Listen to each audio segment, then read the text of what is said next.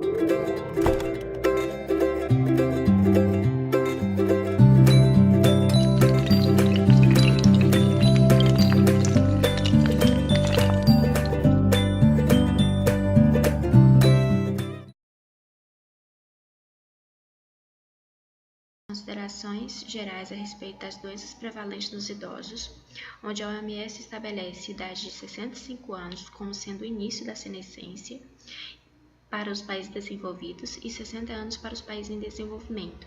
Proporcionalmente, a faixa etária de 60 anos ou mais é a que mais cresce.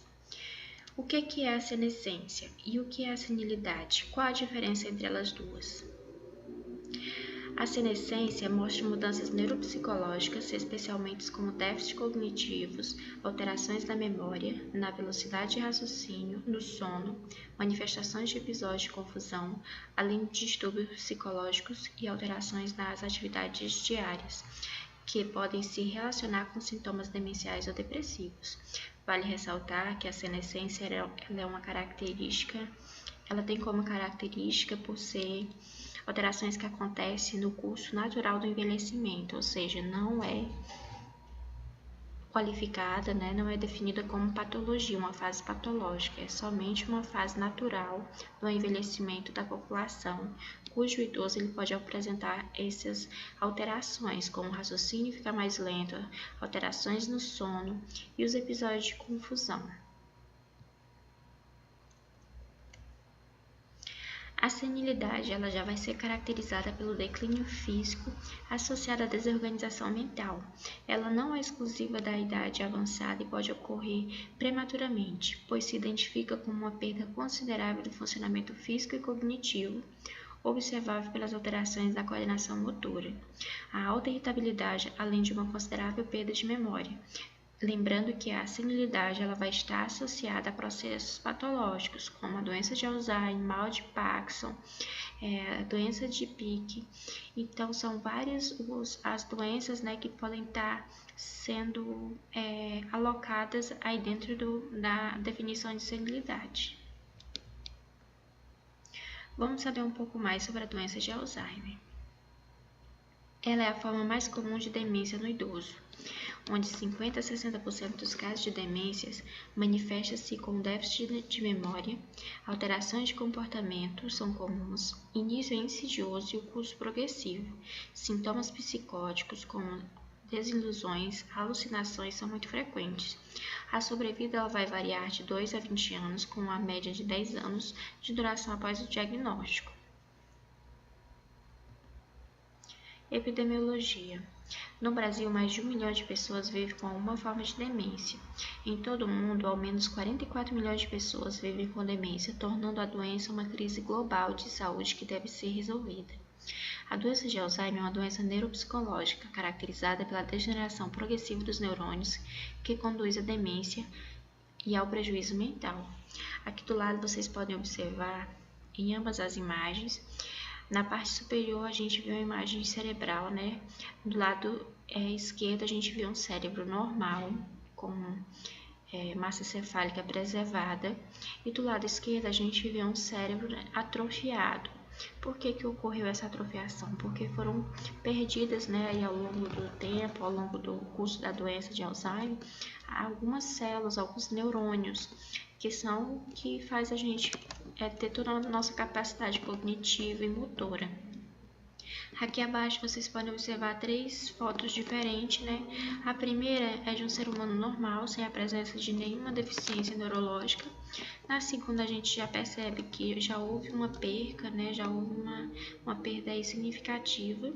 E na terceira a gente vê que tá muito avançado, que uma vez estando nessa situação aqui que a gente mostra aqui na terceira foto, esse idoso nunca mais ele irá recuperar, viu? Tanto nessa segunda imagem quanto na terceira. O Alzheimer ele é uma doença que não tem cura, somente tratamento. O tratamento ele vai somente retardar as fases da doença, mas não vai curar. Os sintomas do Alzheimer. Problemas para completar tarefas que antes eram fáceis. Por exemplo, o idoso ele pode começar varrendo uma casa idosa e não conseguir terminar, ou então ele pode estar jogando um jogo ali com o vizinho e esquecer que ele estava naquela atividade. Dificuldade para a resolução de problemas, mudança no humor ou personalidade, o afastamento de amigos e familiares. Na verdade, o convívio social ele começa a ficar prejudicado, né, por essas mudanças de humor e também por a questão do afastamento, porque ele começa a se retrair, a se preservar mais. Problemas com a comunicação, tanto escrita como falada, confusão sobre os locais, pessoas e eventos, ele vai começar a trocar pequenas informações, trocar o nome das pessoas ou então esquecer. Alterações visuais como problema para entender imagens. Então, são vários sintomas que a gente vai começando a perceber no idoso quando a gente convive com ele diariamente, né? Ou então, se é aquela pessoa que a gente conhece muito bem, mas que foi visitar, começou a perceber essas alterações, é bom sempre a gente estar conversando, né, com quem está mais próximo para saber se aquilo está muito recorrente, para já procurar uma assistência médica, para que esse idoso esteja recebendo uma assistência adequada, né, recebendo tratamento para as pessoas que são portadoras de Alzheimer. Quais são os fatores de risco, né? O avanço da idade é o maior fator de risco para o desenvolvimento da doença de Alzheimer. E a maioria das pessoas diagnosticadas com Alzheimer tem 65 anos de idade ou mais. Membros da família que já tiveram Alzheimer, como por exemplo seus pais ou irmãos, se eles desenvolverem, então tem uma maior probabilidade de você também desenvolver a doença. A genética, os pesquisadores identificaram diversas variações genéticas que aumentam a chance do desenvolvimento de Alzheimer. Mas não são só esses fatores, aqui vamos listar mais alguns. Deficiência cognitiva leve. Os sintomas incluem alterações da capacidade de pensar, mas esses sintomas não interferem com a vida cotidiana e não são tão graves como os causados por Alzheimer e outras demências progressivas. Então, a gente tem que saber diferenciar as deficiências cognitivas leves, né? E também as deficiências, né, as demências progressivas, que é o caso do Alzheimer.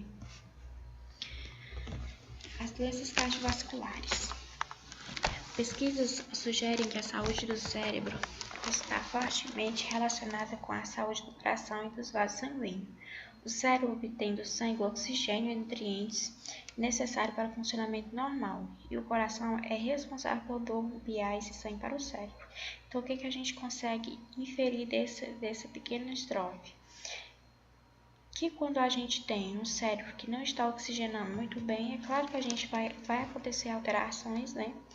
Sejam elas motoras, cognitivas, por conta dessa deficiência de sangue oxigenado. Educação e Alzheimer. Os estudos associaram menos anos de educação formal com maior risco de Alzheimer e outras demências.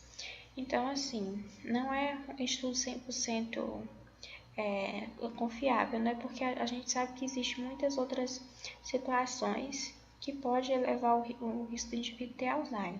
Então, se for assim, a gente pode pensar o seguinte, né? Com os altos índices de informação que as pessoas têm hoje, com acesso mais fácil, entre aspas, né, à educação, pode ser que no futuro essas demências elas possam diminuir, né? Ou não, é só o futuro vai dizer, né? Traumatismo craniano. O risco da doença de Alzheimer e outras demências aumenta após o traumatismo craniano, moderado ou grave, como uma pancada na cabeça ou ferimento no crânio, que causa amnésia ou perda da consciência por mais de 30 minutos. Então, isso já fica nítido. Existe até alguns filmes, né? Um filme que passa de um jogador de futebol americano que ele sofre várias pancadas na cabeça e ele desenvolve Alzheimer. A gente tem o caso também, né, do Maguila, se eu não me engano, que era lutador brasileiro de boxe, que depois de levar muitas pancadas na cabeça, né, ele também desenvolveu Alzheimer e depois morreu com as consequências da doença. Como é que é feito o diagnóstico? O diagnóstico ele vai requerer uma ampla avaliação médica que pode incluir o histórico médico da família, né, já que a gente falou lá atrás, né, nos fatores de risco, que se tiver algum familiar que tenha desenvolvido Alzheimer, então a chance de o indivíduo sofrer com a doença é maior. O exame neurológico, testes cognitivos para avaliar a memória e o pensamento. É interessante que até nesses testes cognitivos, né, é uma coisa que a gente pode estar fazendo diariamente com os idosos. A palavra cruzar palavra cruzada, caça às palavras. Então, são joguinhos interessantes para a gente estar estimulando esse idoso. Exame de sangue para descartar quaisquer outras possíveis causas dos sintomas e uma imagiologia cerebral. Por que vai servir essa imagiologia? Ela vai mostrar, né, se esse cérebro está começando a sofrer algum processo de atrofiamento ou não. Como é que vai ser o tratamento? O tratamento de condições médicas coexistentes, coordenação dos cuidados entre profissionais de saúde, participação em atividades, o que puder melhorar o humor é interessante, intervenções comportamentais para ajudar com as mudanças comportamentais comuns, como agressão, insônia, agitação. Então, é interessante estar promovendo junto a esse idoso, né, atividades de lazer, de descontração, para que diminua esses estágios de agressão, de insônia, de agitação. E a educação sobre a doença. É muito importante educar, principalmente os familiares, né? Explicar o que é o Alzheimer, qual a forma que ele vai interferir na vida daquela família, com aquele idoso que está com a doença. E a principal, que é uma criação de equipes de cuidado para suporte, né? Porque assim, uma pessoa sozinha não dá conta de cuidar de um paciente, de um idoso com Alzheimer, porque é muito desgastante fisicamente, emocionalmente, de acordo com o passar do tempo, com os estágios que vão evoluindo, a gente vai começando a sentir, né, as dificuldades para cuidar de alguém com Alzheimer. Então, é necessário que a família ela esteja bem orientada para estar realizando esses cuidados. Aqui a gente colocou alguns estágios da doença, né, que é o estágio 1 ao 4, onde o 1 é a forma inicial, que acontece as alterações na memória, na personalidade e habilidades espaciais e visuais. O estágio 2, que é a forma moderada, que o indivíduo ele já vai apresentar uma dificuldade para falar, realizar tarefas, coisas simples, movimentos simples do dia a dia, além da agitação e insônia. Na forma grave, vai ter uma resistência à execução de tarefas diárias. A primeira delas é o banho. Colocar um idoso para tomar banho já é difícil se ele não tiver nenhuma doença, né? Mas quando ele tem uma demência associada, a situação fica ainda mais difícil. A incontinência urinária e fecal, dificuldade para comer, deficiência motora e progressiva. Então, aqui a gente pode observar também que a gente vai ter diferentes graus. Por exemplo, no estágio 1, a gente vai ter já um idoso semi-independente, né? Porque ele já vai poder ter perdido uma das suas funções vegetativas. No estágio 2, ele já vai ter dificuldade para falar, então ele já vai estar ali um dependente incompleto, né? No estágio 3, ele já vai estar dependente e no estágio 4, ele vai estar um dependente completo, porque ele já vai estar acamado, ele já vai estar sentindo dificuldade para deglutir, as infecções começam a acontecer de forma mais recorrente. Então, todos esses estágios necessitam de um cuidador que conheça os estágios da doença para que saiba lidar com todas essas fases e também saiba orientar os familiares, né, sobre o que vai acontecer em cada um desses momentos e como a família ela vai poder ajudar também, porque a gente, como cuidador, a gente tem que trazer a família para o nosso lado, a gente tem que estar orientando as formas de como eles podem estar nos auxiliando a cuidar desse idoso e não transferir toda a responsabilidade de cuidado para cima do cuidador, porque a família ela tem um papel crucial, né, na assistência que vai ser dada a esse indivíduo. Bom, aqui são alguns dos cuidados que a gente pode estar tomando com o paciente, com o cliente, né, que tem Alzheimer. A primeira coisa é orientar a família sobre fazer uma pulseira de identificação, um colar para esse idoso, né, que contém as informações, os dados de identificação, nome, endereço, telefone. E as palavras memória prejudicada. Por quê? Porque vai auxiliar. Caso esse idoso ele saia na rua, ele se perda, ele vai ter uma forma, né, de ser encontrado através dessa pulseira de identificação. E aqui embaixo tem uma foto para vocês visualizarem o modelo. A segunda dica é estabelecer uma rotina diária e ajudar o doente a cumpri-la. Espalhar lembretes pela casa, por exemplo, apaga a luz, fecha a torneira, desliga a TV, vai ajudá-lo a continuar tendo um pouco de autonomia sobre sua vida. A dica número 3 e 4, encorajar a pessoa a vestir-se, a comer, a ir ao banheiro. tomar banho por sua própria conta. Quando não consegue mais tomar banho sozinha, por exemplo, pode ainda atender as orientações simples, como tire os sapatos, tire a camisa, as calças. Agora, entre no chuveiro. Então, são pequenas frases, né, que a gente vai estar utilizando para esse idoso, frases pequenas e claras, para que a gente consiga auxiliá-lo durante essas atividades, mas também que a gente consiga manter e estimular essa autonomia. Simplificar a rotina do dia a dia, de tal maneira que o paciente ele possa continuar envolvido com ela. Então, não é você, como cuidador, ir lá e fazer tudo pelo idoso, né? É você permitir, auxiliar, supervisionar, orientar como deve ser feito, já que a memória dele vai estar prejudicada. Na dica 5, a gente tem limitar as opções de escolha, porque oferecer várias opções, né, vai dificultar a escolha do idoso. Então, que tal oferecer apenas duas, né? Aí do lado a gente vê as duas opções de sabores de sorvete, que nesse caso aí a gente estaria diminuindo muito o máximo possível as opções para ele facilitar a escolha para ele. Certificar-se de que o doente está recebendo uma dieta balanceada, praticando as atividades físicas de acordo com suas possibilidades. Então, uma coisa muito comum que pode acontecer com o idoso que tem Alzheimer é a desnutrição, né? Ele pode ficar desnutrido porque com a idade já é natural que ele venha perdendo aí o olfato, o paladar, que ele não venha mais tendo essa sensibilidade.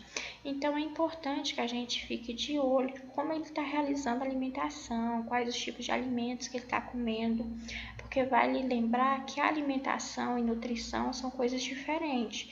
De repente, a gente pode ter um indivíduo bem alimentado, só que está, né, pouco nutrido. Então, a gente realmente tem que perceber se essa dieta está sendo feita de forma adequada, se ele está ingerindo todos os nutrientes essenciais para a manutenção do seu organismo, né, do seu metabolismo. Eliminar álcool e cigarro, pois agravam o desgaste mental, né, gente? Principalmente quando a gente pega aquele idoso que já era fumante há 20 anos, que começou a desenvolver Alzheimer, que não para de fumar, vai ficando cada vez mais difícil. Só que tem um detalhe, quando a gente fala de eliminar o álcool e o cigarro, não é do dia para a noite a gente ir lá e tirar o cigarro do idoso, não.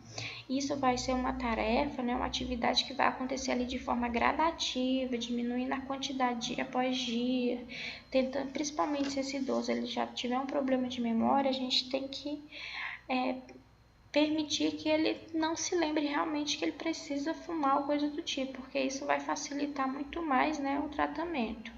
E estimular o convívio familiar e social do doente. Muitas vezes a família, né, ela tende a se afastar muito do idoso porque não aguenta mais ouvir suas frases repetitivas, ouvir as mesmas perguntas. Então, só que a gente tem que ressaltar tanto para a família que é importante a presença deles no almoço de domingo, nas atividades que faziam todos juntos, né? Então tem que continuar com esse estímulo, porque é mais desgastante, né, para a pessoa que está ali sofrendo com a doença. Então a família tem que respeitar, tem que dar assistência realmente para aquele indivíduo, para que ele possa viver os últimos anos de vida, né, de forma digna. Reorganizar a casa, afastando os objetos e situações que possam representar perigo. Tenha o mesmo cuidado com o paciente de Alzheimer que você tem com as crianças. Então, assim, o ideal é que a casa, que o ambiente onde esse idoso está inserido, ele seja adaptado para suas necessidades. Porque ele vai ficar deficiente para a coordenação motora, né? A marcha vai ficar lenta, as mãos vão ficar um pouco rígidas. Então, ele vai estar precisando de um suporte para estar se locomovendo dentro da própria residência, né? Ou então dentro do ambiente aí onde ele estiver vivendo. Então, tem uma coisa que é muito importante quando a gente fala em reorganizar esse espaço, que é o seguinte, a gente não pode tirar a referência do idoso. Muitas vezes você vai vai cuidar de um idoso numa residência, né?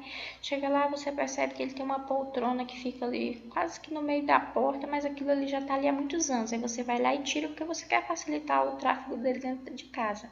Só que isso não vai funcionar muito bem, sabe por quê? Porque ele já está tão acostumado com aquela poltrona exatamente naquele lugar ali que vai ser difícil ele se habituar com ela com uma organização diferente. Então, a gente tem que respeitar o gosto, né, dos idosos, a gente tem que respeitar o espaço dele, só que fazendo o possível para diminuir os riscos que possa estar inserido nesse ambiente. Agora a gente vai falar um pouquinho sobre o mal de Parkinson, que é uma doença também neurológica, crônica e progressiva, como Alzheimer. A causa ainda é um pouco desconhecida e atinge o sistema nervoso central, né? Algumas das informações que a gente tem sobre a doença. E quanto maior a faixa etária, maior a incidência da doença de Parkinson. De acordo com as estatísticas, na grande maioria dos pacientes, ela surge a partir de 55 anos, entre 55 e 60, e sua prevalência aumenta a partir de 70 e 75 anos. Mas quais são os sintomas, diagnóstico e tratamento? Os principais sintomas que a gente vai observar, os familiares, os amigos, vai ser a lentidão motora, né, que é o termo técnico, é bradicinesia. O indivíduo ele vai começar a ficar com os movimentos mais lentos, a fazer as coisas tudo muito mais devagar do que ele fazia antes. Rigidez entre as articulações do punho, cotovelos e ombros. Isso vai fazer com que o idoso, ao longo do tempo, ele fique com a anatomia, né, um pouco diferente do normal. Tremores de repouso, nos membros superiores geralmente predominantes em um lado do corpo, quando comparado ao outro, e o desequilíbrio, né? Esse desequilíbrio aqui ele pode acarretar em quedas, então a gente tem que ficar bem antenado, bem ligado mesmo, né, no paciente que tem a doença de Parkinson. Tem também os sintomas não motores, né, que é a diminuição do olfato, as alterações intestinais e do sono, que são alterações que também podem acontecer no Alzheimer, né? Então, assim, o diagnóstico da doença, ele vai ser essencialmente clínico, por conta que os sintomas vai ser muito parecido com os sintomas de outras doenças. São poucos os sintomas, né, que vão diferenciar a doença. Então, realmente precisa de um profissional habilitado para que faça a interpretação desses sinais e sintomas e que seja capaz de diferenciar a doença das outras que afetam involuntariamente os movimentos do corpo. Os exames complementares, como tomografia cerebral, ressonância magnética, devem ser feitos, né, e vão servir para uma avaliação e diagnósticos diferenciados. O tratamento é tratado geralmente, né, os sinais e sintomas de forma satisfatória às medicações existentes. Os medicamentos, entretanto, são sintomáticos, ou seja, eles repõem parcialmente a dopamina que está faltando. Dopamina, gente, é um neurotransmissor essencial, né, no nosso sistema nervoso central.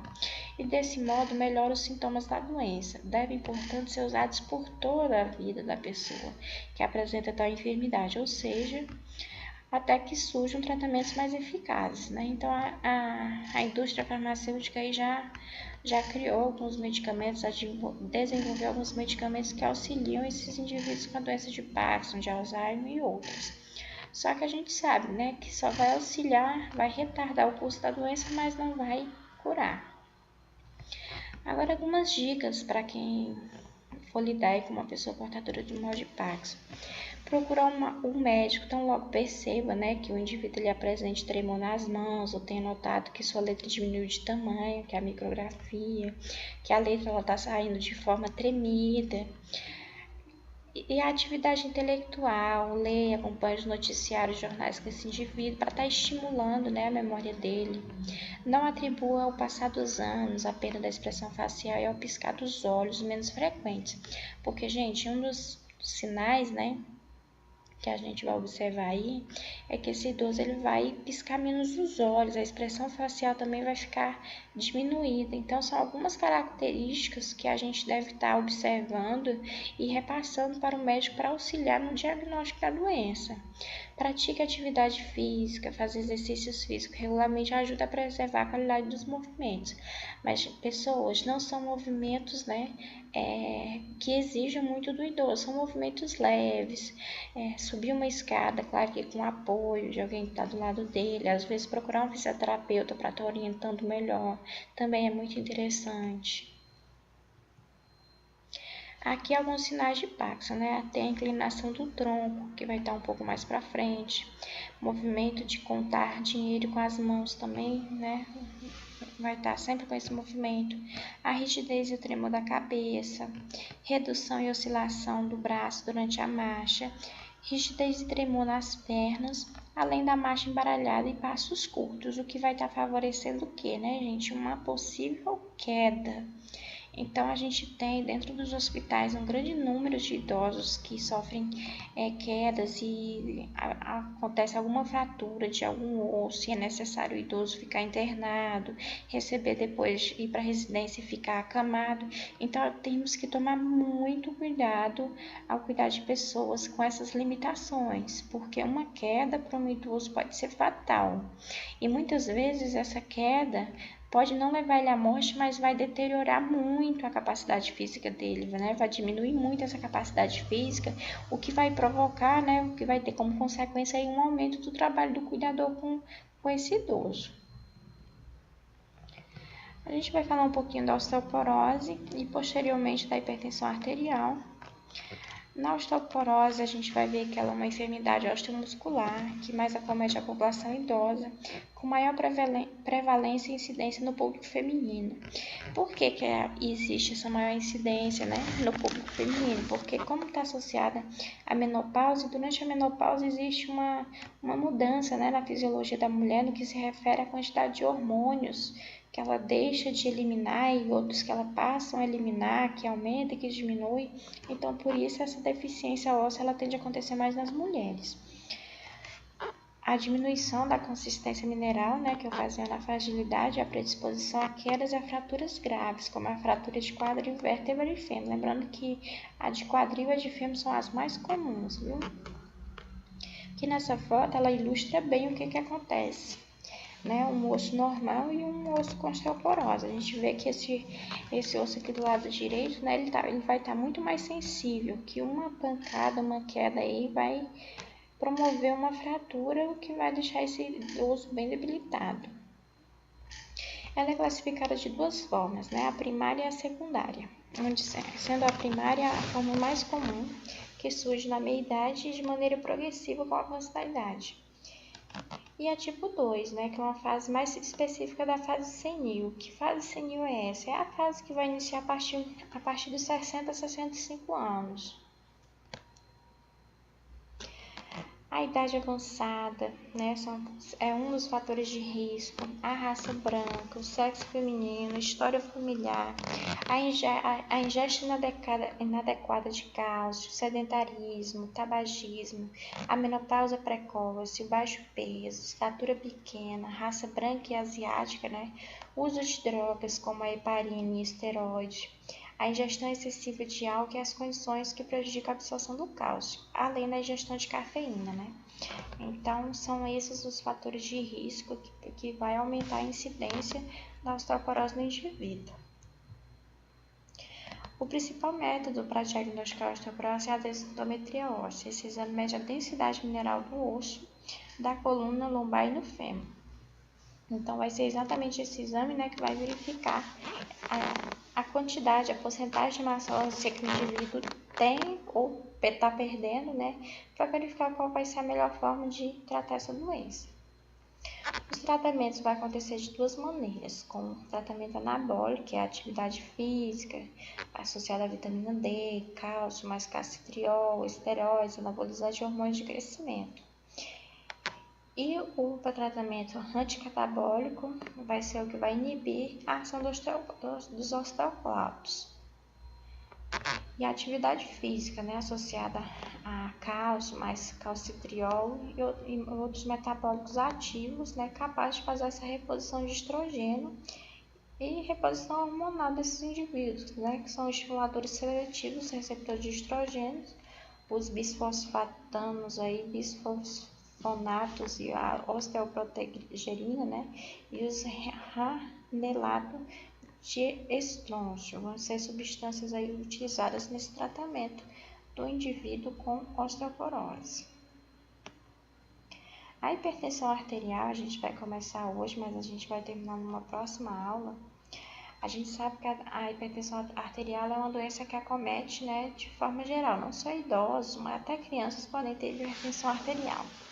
O problema é que nos idosos ela pode causar inúmeros problemas, né? Porque vai estar associada também com a idade do indivíduo, com o estilo de vida, com os hábitos.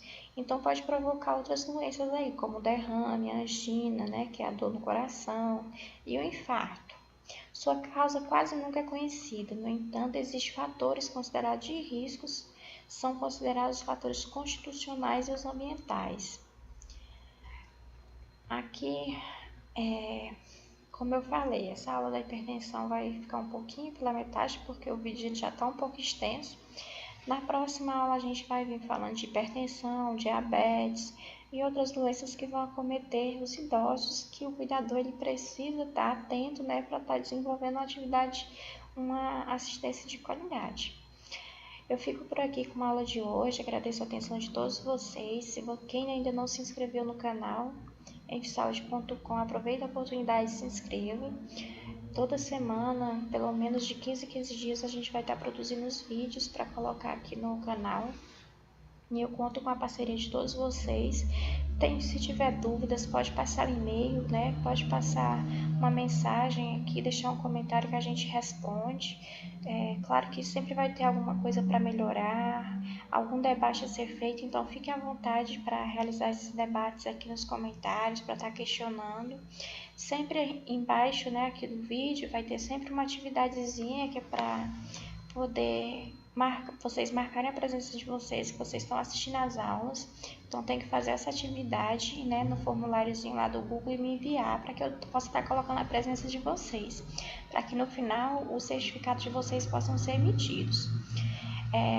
Vale lembrar que para receber a notificação do vídeo é necessário clicar, né, aqui no sininho que tem logo abaixo aqui do vídeo, para que vocês estejam recebendo as próximas aulas, viu? Muito obrigada e até a próxima.